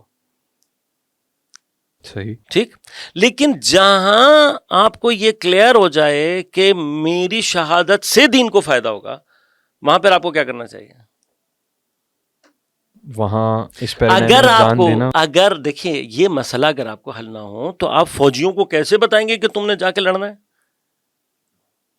جس فوجی کو آپ میدان میں، جو میدان میں جا رہا ہوتا ہے مگر وہ آپ اس اینگل سے دیکھیں گے تو بیچارہ حماقت کر رہا ہے، گولیاں چل رہی ہیں، تم پھر بھی جا رہے ہو. آپ وہاں پہ کیا جواب دیتے ہیں؟ وہاں ہمیں پتا ہوتا ہے کہ اس کی جان، مطلب وہ یہ سوچ کے تو جا رہا ہوتا ہے کہ اگر میں موفق ہو گیا، کامیاب ہو گیا، اپنے دشمن پر غالب ہو گیا، لیکن ایٹ دا سیم اسپاٹ اس کے شہید ہونے کا امکان ہوتا ہے یا نہیں ہوتا؟ ہوتا ہے. لیکن وہ اپنے آپ کو گولیوں میں، پھر ہم نے اتنے عرصے ترانے گائے ہیں ان لوگوں کے کہ جنہوں نے جب دیکھا کہ اب کچھ نہیں ہے تو سینے پہ بند باندھ کے وہ ٹینک کے نیچے لیٹ گئے. آج آپ ان کو نشان حیدر دے رہے ہو، کیا ان کو نہیں پتا تھا کہ میں یہ کام کر کے مر جاؤں گا؟ وہاں اس کو صرف یہ نظر آ رہا تھا کہ اگر میں نے یہ کام نہیں کیا تو وطن کو نقصان پہنچے گا، تو دین کو نقصان پہنچے گا. بس ایٹ سم ٹائم آپ اس جگہ پر پہنچ جاتے ہو. اچھا آپ یہ پوری وہ فکر ہے جو اگر نہ سمجھ میں آئے تو آپ کو کربلا نہیں سمجھ میں آئے گی. دا سیم کوشچنس ارائز ہوتے ہیں امام حسین پر, مدینہ کیوں چھوڑ دیا, مکہ کیوں چھوڑ دیا, بچوں کو کیوں لے کے چلے گئے. ان سب کا جواب کیا ہے؟ ان سب کا جواب یہی ہے. یعنی جہاں امام حسین کو نظر آ رہا ہے کہ میرے قاتل سے, میرے خون سے جو دین کو استحکام ملے گا, اس سے کیوں میں نے پوری کوشش کر لی, لوگ بیدار نہیں ہو رہے, میری اتنی کوششوں کے باوجود بھی یزید جیسا آ رہا ہے. یعنی یزید کا پاور میں آ جانا ایک پوری فکر کا عکاس ہے کہ جو فکر اسلامی معاشرے پہ طاری ہو گئی تھی, اب اگر یہ فکر طاری ہو گئی اور امام حسین کے بیدار کرنے کے باوجود بھی بیدار نہیں ہو رہی, تو پھر آخری مرحلہ کیا ہے؟ آخری مرحلے میں وہ پاکیزہ خون ہے کہ جو اس نظام کو گراتا ہے اور اس فکر کو اجاگر کرتا ہے, اس کو زندہ کرتا ہے اور پابندہ کرتا ہے. ہم نے کربلا میں بھی دیکھا اور آج بھی ہم اس خون کا اثر دیکھ رہے ہیں. جو اس وقت ضرورت ہے پوری دنیا میں وہ یہ ہے کہ اگر ہم نے اس خون سے, اب اس خون نے بہ کر سب سے پہلا کام کیا کیا ہے؟ اس خون نے بہ کر سب سے پہلا کام یہ کیا ہے کہ یہ انقلاب اور اس کے برپا کرنے والے, اس کے چلانے والے یا اس کو باقی رکھنے والے لوگ اپنی فکر میں نہیں تھے. یہ ثابت ہوا یا نہیں؟ میں ایگزیکٹلی آپ سے پوچھ رہا ہوں, وہ فوجی جس کی آپ نے مثال دی استعارتاً کہ وہ بم باندھ کر کے ٹینک کے نیچے لیٹ جاتا ہے جبکہ کوئی آپشن نہیں بچا, میں صرف ٹینک کے نیچے لیٹ جاؤں, اس کا ہدف یہ ہے کہ میں ایک حملہ کرنے والے دشمن سے اپنے ملک کو بچا لوں. یہاں پر وہ شخص ٹاپ, وہ فوجی نہیں ہے, وہ ایک سیاسی لیڈر ہے کہ جو اپنے گھر میں موجود ہے. وہ جب اس نتیجے پہ پہنچ رہا ہے کہ میری شہادت یا میرا اس دنیا سے چلے جانا دشمن کے حملے کے نتیجے میں کسی ہدف کے تحت ہے, میرا آپ سے سوال بنیاد طور پہ وہ ہدف کیا ہے کہ جس کے تحت ہے, یا وہ ہدف وہ نتیجہ یقیناً اس انقلاب کا, وہ ہدف بنیادی طور پر یہی ڈیمارکیشن ہے, یہی خط واضح کرنا ہے کہ ایک نظام دنیا میں ابھی بھی ایسا باقی ہے جو خدا کی حکومت کے لیے کام کر رہا ہے, نہ کہ اپنی ذات کے لیے. ایک ایسا نظام ایسا ہے کہ جو لوگوں کو مینیپولیٹ کر کے اپنا غلام نہیں بلکہ خدا کا عبد بنانا چاہتا ہے, جو اپنی ذات کے لیے نہیں کام کر رہا بلکہ انسانیت کی فلاح و بہبود کے لیے کرنا چاہتا ہے. لہذا یہ وہ ڈیمارکیشن ہے, یہ وہ فرق ہے, یہ وہ نقطۂ امتیاز ہے کہ جہاں پر ہم دیکھیں یہ قرآن کریم بالکل, فرعون کہہ رہا ہے نحن مسلمون, وہاں حضرت موسیٰ کو کہہ رہا ہے کہ یہ زمین میں فساد کرنا چاہتے ہیں.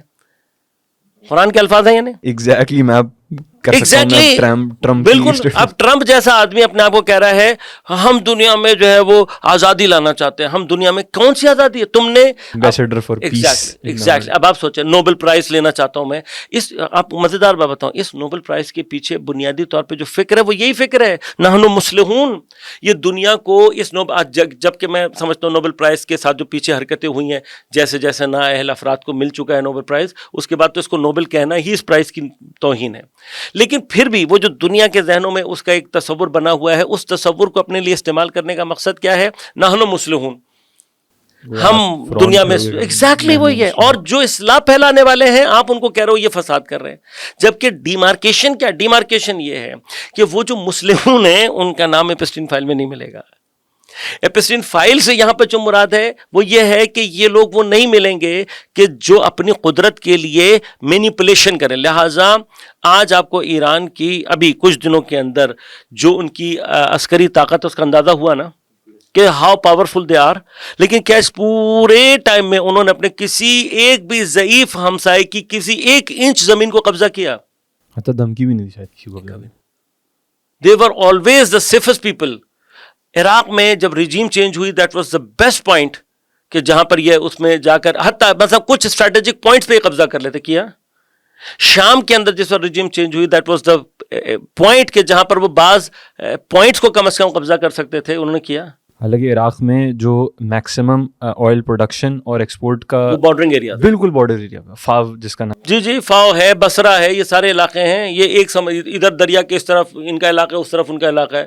اس کو کیپچر کرنا کوئی مشکل کام تھا؟ اتنی زبردست طاقت کے لیے کوئی مشکل کام تھا؟ کوئی مشکل کام نہیں تھا. لہٰذا ہم یہ دیکھ رہے ہیں کہ ایران نے، اور پھر اس کے افراد جتنے پاکیزہ وہ افراد ہیں، آپ کبھی ان کے شہداء کی حالات زندگی پڑھیں تو صحیح، آپ کو پتہ لگے گا. یعنی آج میں آپ کو چیلنج کر رہا ہوں، آپ مجھے پورے جتنا ویسٹرن طبقہ ہے اس میں کوئی ایک ایسا زاہد اور عابد دکھا دیں جو قاسم سلیمانی جیسا ہو، جو شہید حسن نصر اللہ جیسا ہو، جو شہید سنوار جیسا ہو، جو اسماعیل ہانیہ جیسا ہو.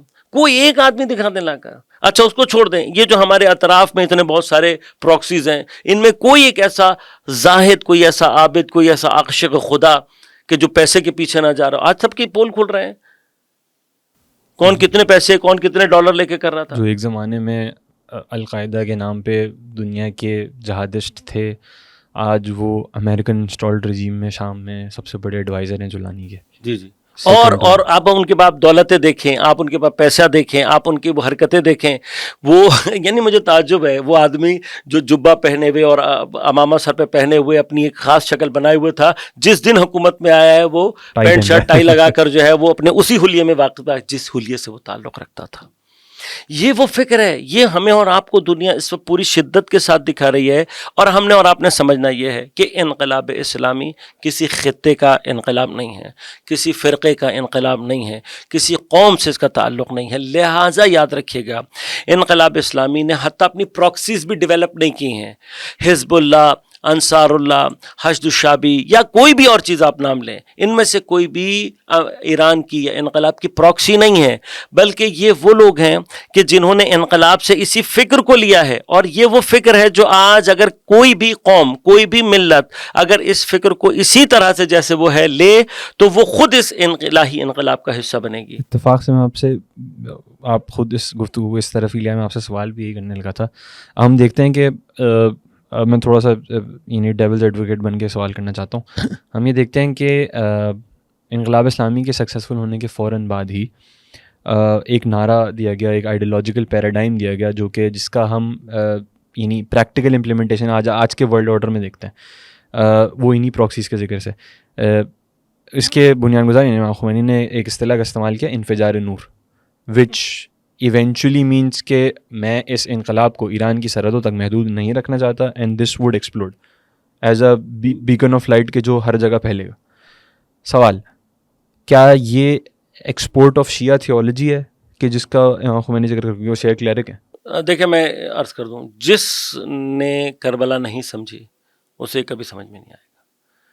کربلا میں امام حسین نے اپنے ساتھ آنے والوں میں سے کس سے فرقہ کا پوچھا؟ اس کا معنی کیا ہے؟ دیکھیں میں بہت آسان سی بات بتا دوں.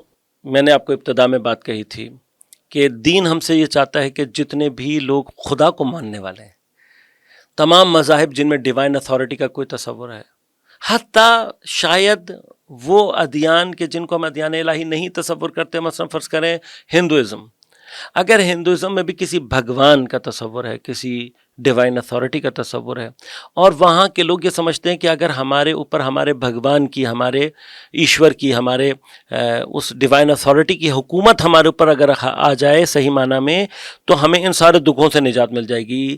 تو یہاں اسلام ان کے ساتھ کھڑا ہوا ہے، وہاں انقلاب اسلامی ان کے ساتھ کھڑا ہوا. یعنی کیا؟ خدا کی حکومت. اصل عنوان یہ ہے. اس عنوان کے نیچے آپ یہودی ہو، کوئی عیسائی ہے، کوئی ہندو ہے، کوئی کسی مذہب اور مکتب سے تعلق رکھتا ہے، اگر وہ خدا کی حکومت چاہتا ہے، انقلاب اسلامی اس کے ساتھ ہے. خدا کی حکومت، نہ انسانوں کی انسانوں پر حکومت. مجھے ابھی اس کا نام یاد نہیں آ رہا بھی، جو ویسٹرن ڈیموکریسی کا سب سے بڑا حامی تھا، جس نے اپنے لاسٹ انٹرویو جو کہ اس کی مرنے کے بعد جاری کیا گیا، اور اس نے یہ خواہش کی تھی کیونکہ وہ کہہ رہا تھا کہ اگر یہ میری زندگی میں آپ نے کر دیا تو میں مار دیا جاؤں گا. اور یہ البتہ یہ خود بھی ایک فکر ہے، اس پہ بھی اگر آپ کبھی غور کریں گے تو آپ کو ویسٹرن جو ڈیموکریسی کی اپسٹین شکل ہے وہ خود بخود نظر آنے لگے گی. کی بات کر رہے ہیں ابھی میرے ذہن میں نام نہیں آ رہا. ہائیڈگر، اب میں تھوڑا سا نام میں تھوڑا سا وہ کر رہا ہوں اشتباہ. اس نے اپنے انٹرویو میں یہ کہا تھا آخری کہ جب اس سے پوچھا گیا کہ آپ ڈیموکریسی کو کیسے ڈیفائن کریں گے، تو اس نے کہا کہ ڈیموکریسی کا مطلب انسانی خواہشات اور نفس کا اس کے اوپر حکومت کرنا.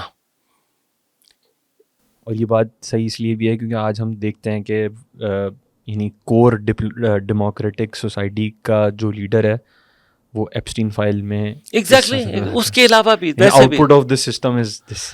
جب آپ کہتے ہیں انسان کے اوپر حکومت، تو جو انسان حکومت کرے گا کیا وہ اپنے نفس کی خواہشات اور اپنی لذات اور خواہشات سے؟ اسی لیے جو تشیع کے اندر امامت کا، معصوم ہونے کا بھی جو کانسیپٹ ہے بیسیکلی وہ یہ ہے، یا انبیاء کا جو کانسیپٹ ہے بیسیکلی وہ ان کی عصمت کا جو کانسیپٹ ہے وہ یہ کہ یہ وہ نمائندے ہیں اللہ کے کہ جو ان تمام چیزوں سے پاک و پاکیزہ رہتے ہیں کہ وہ اپنی خواہشات کو حکومت کرنے دیں. وہ چونکہ اللہ کے نمائندے ہوتے ہیں لہذا وہ اپنے وجود سے صرف اللہ کی حکومت کو قائم کرتے ہیں. تو بنیادی طور پر انقلاب اسلامی اب پراکسی کیوں نہیں ہے، میں جو بات آپ کی خدمت میں عرض کرنا چاہ رہا تھا وہ اس اعتبار سے ہے کہ پراکسیز دیکھیں، اگر ایران نے پراکسیز بنانی ہوتی نا تو ایران طالبان کے مقابلے پر بہت اچھا زمینہ موجود تھا، افغانستان میں پراکسی بنا سکتا تھا، شام میں پراکسی بنانے کا، افغانستان پاپولیشن جی اسی طرح سے شام کے اندر اس کو پراکسی بنانے کا بہت اچھا گراؤنڈ موجود تھا. اس کے بعد عراق میں اپنی پراکسیز بنانے کا بہت اچھا، پاکستان میں پراکسیز بنانے کا اس سے زیادہ زبردست پراکسیز بنانے کا اس کے پاس اسٹیشن ہے آذربائیجان کے اندر جہاں پہ 80% لوگ شیعہ ہیں، بحرین جس میں 80% لوگ شیعہ ہیں، وہاں پر اس کو اپنی پراکسیز بنانے کا ٹائم مل جاتا اور بنا تھا. کہاں بنائی؟ حزب اللہ ان علاقوں میں تو ہمیں نظر آتی ہے. حزب اللہ مثال کے طور پہ شام میں، الشعبی عراق شام میں نہیں، لبنان میں. حشد الشعبی اگر پراکسی ہوتی تو انقلاب کی ابتدا سے بنتی. نہیں، میں اس اعتبار سے کہہ رہا ہوں کہ اتفاق سے ہینری کسنجر اس بات پہ آرگیو بھی کرتا ہے.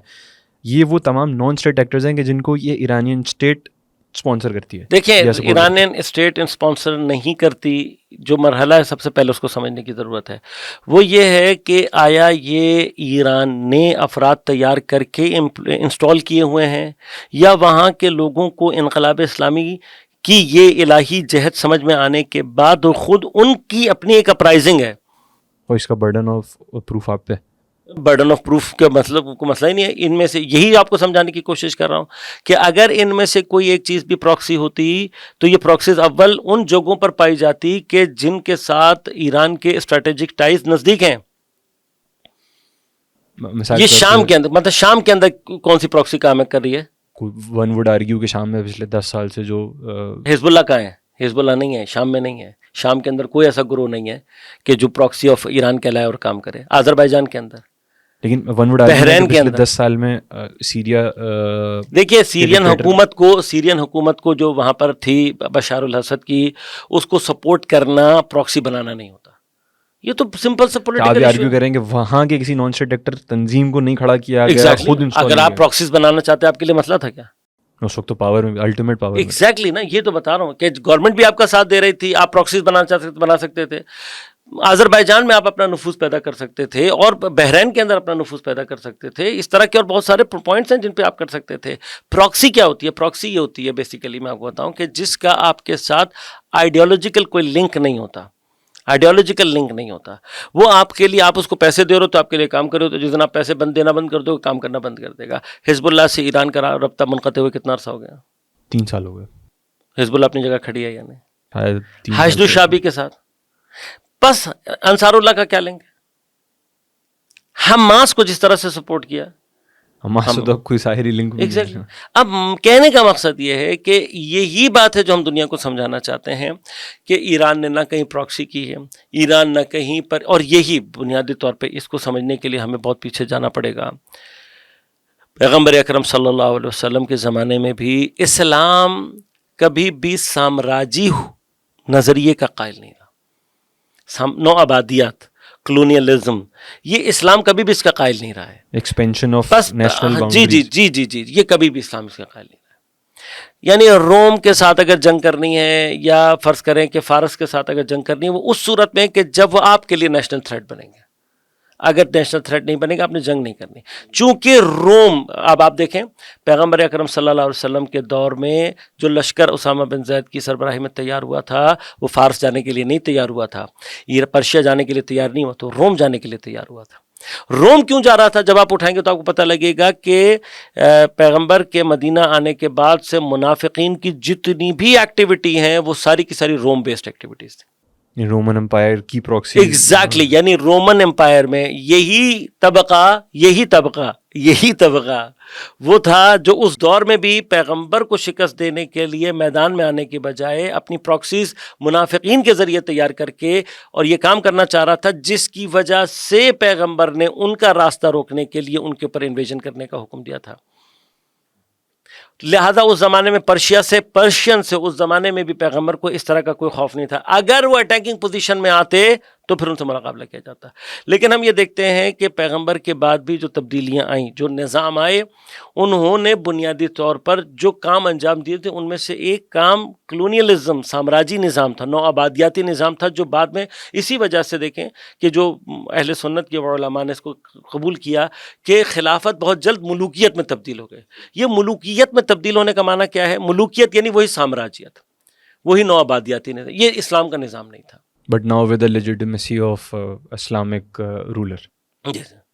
اب آپ اسلام کے نام سے ذل جو الہی ہے. جی ایگزیکٹلی جو نہیں چاہتا تھا دین کبھی بھی یہ نہیں چاہتا تھا. اور انقلاب اسلامی کی جو اصل بیس ہے وہ یہی ہے کہ ہم کہیں پر حملہ کر کے زبردستی علاقوں کو اپنے کنٹرول میں لے کے، لوگوں کے ریسورسز کو اپنے لیے استعمال کر کے، دوسروں کے ریسورسز کو اپنے ملک کے لیے استعمال کر کے، اس طرح کا نہ کوئی کام انقلاب نے انجام دیا نہ دے گا.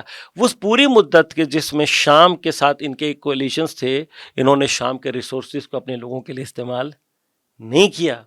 یہی وہ چیز ہے کہ جو آج اگر انشاءاللہ بحرین میں نہضت کامیاب ہوتی ہے اور بحرین آزاد ہوتا ہے، تب بھی ہم دیکھیں گے کہ بحرین کے لوگوں کو ان کا حق ملے گا، نہ کہ بحرین کا آئل اور بحرین کا جو ریسورس ہے وہ ایران کے لیے. یہ سینٹرل پیریفری جو تھیوری ہے، یہ کلونیلسٹ تھیوری ہے، اسلامک تھیوری نہیں ہے.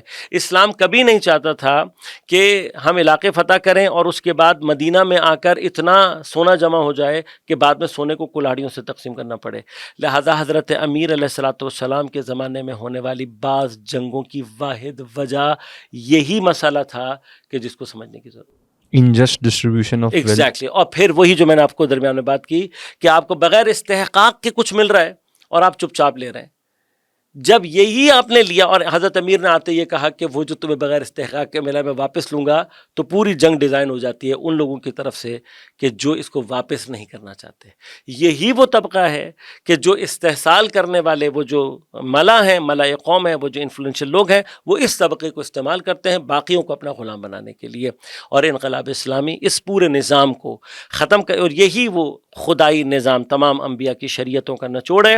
اسی کو وہ انفجار نور کہا جاتا ہے. اور یہی فکر ہے آج بھی، اگر پوری دنیا کے لوگوں کو، خاص طور پہ ویسٹ کے رہنے والے لوگوں کو یہ بات سمجھ میں آ جائے کہ ہمیں جو مل رہا ہے وہ ہمارا حق نہیں ہے. آپ کا حق وہ ہے جو آپ اپنی محنت سے کرو گے، نہ کہ افریقہ میں استحصال کر کے، نہ کہ دوسرے ملکوں میں استحصال کر وینزویلا کے. کے آئل پہ قبضہ ایگزیکٹلی وینزویلا کے آئل پر وینزویلا کے لوگوں کا حق ہے، کسی اور کا حق نہیں ہے.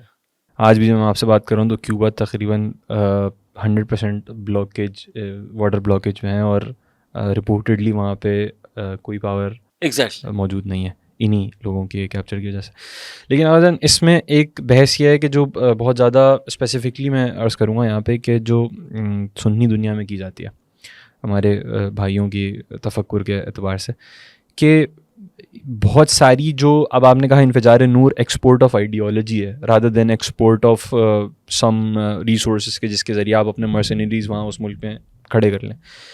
ان انفجار نور کے نتیجے میں وجود میں آنے والی جو ریزسٹنس فورسز ہیں، کہ جو آج کی واقعیت ہیں اس ورلڈ آرڈر کی، وہ چیزیں ہیں کہ جو ہمیں واقعی نظر آتی ہیں، ان میں میکسیمم جو پاورز ہیں وہ ساری شیعہ ہیں. آپ حزب اللہ لبنان کو لے لیجیے، یا پھر حشد الشعبی عراق کو لے لیجیے، عراق میں باقی ریزسٹنس فورسز کو لے لیجیے، یا پھر افغانستان سے نکلنے والی ان ریزسٹنس فورسز کو لے لیجیے.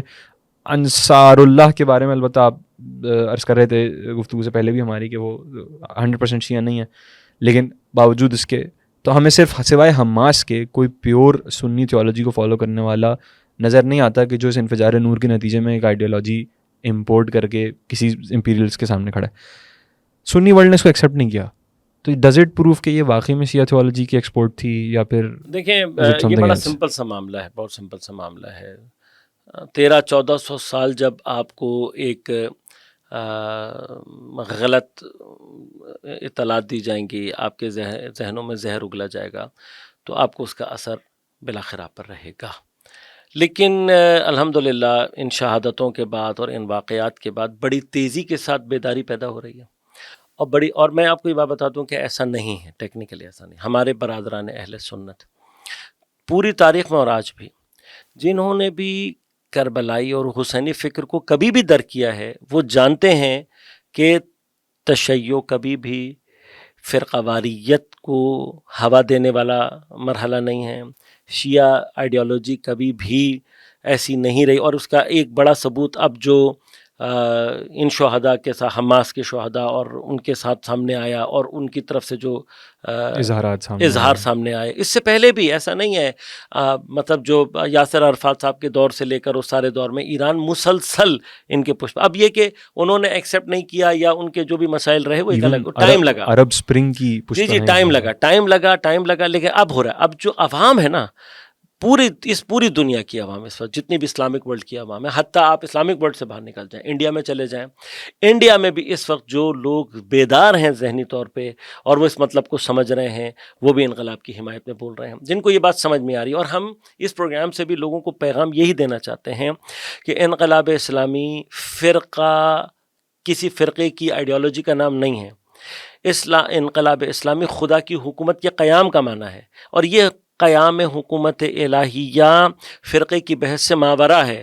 کہیں پر بھی ابھی خود ایران کے اندر آپ دیکھیے گا، پہلے بھی ہوا ہے اب بھی ہوا ہے، وہاں کے برادران اہل سنت کیا مسیحی افراد جو ہے وہ انقلاب کے لیے پوری قوت کے ساتھ میدان میں رہے. انہوں نے ابھی بھی یہاں پر بھی جو بچے شہید ہوئے ہیں ان میں سے ایک بچہ جو ہے اہل سنت کا بچہ ہے.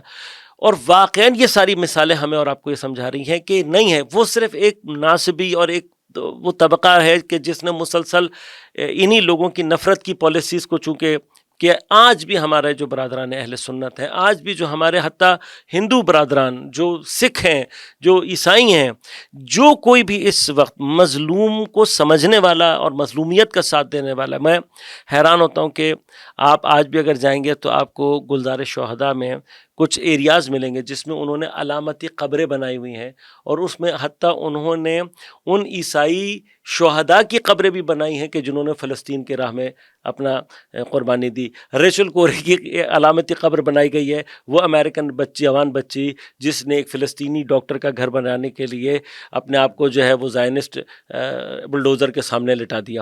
اس وقت سے ہم آج بھی لوگوں کو یہ سمجھا رہے ہیں کہ زائنسٹ جب اس مرحلے پر آتا ہے تو وہ نہ عیسائی پہچانتا ہے، نہ سنی پہچانتا ہے، نہ شیعہ. جب وہ نہیں پہچان رہا تو مجھے اور آپ کو یہ تفریق کرنے کی ضرورت نہیں ہے. یہ ظالم و مظلوم کی جنگ ہے. مظلوم کا ساتھ دینے والے بنے جس دن آپ اس تمام بتانے رنگ و خوں کو توڑ کر ملت میں گم ہو جا، نہ تورانی رہے باقی، نہ ایرانی نہ افغان. صحیح. بہت شکریہ، بہت نوازش ٹائم نکالنے کے لیے. معذرت آپ کا بہت زیادہ ٹائم لے لیا. ناظرین، ہم نے اس کو تھوڑا سا اس پرسپیکٹیو سے ان گفتگو کے سلسلوں میں دیکھنے کی کوشش کر رہے ہیں کہ یہ جو بنیادی طور پہ دنیا میں یہ جو جنگ ہے، یہ جو ایمرجنگ ورلڈ آرڈر اب ہم دیکھنے جا رہے ہیں، اس ورلڈ آرڈر کی بنیادی تفریق اس فکر سیاسی کے اندر ہے، اس پولیٹیکل فلاسفی کے اندر ہے کہ جو ان دو سائڈس کو گورن کرتی ہیں. امید ہے کہ یہ گفتگو مفید فائدہ رہی ہوگی. مجھے اجازت دیجیے. اللہ حافظ.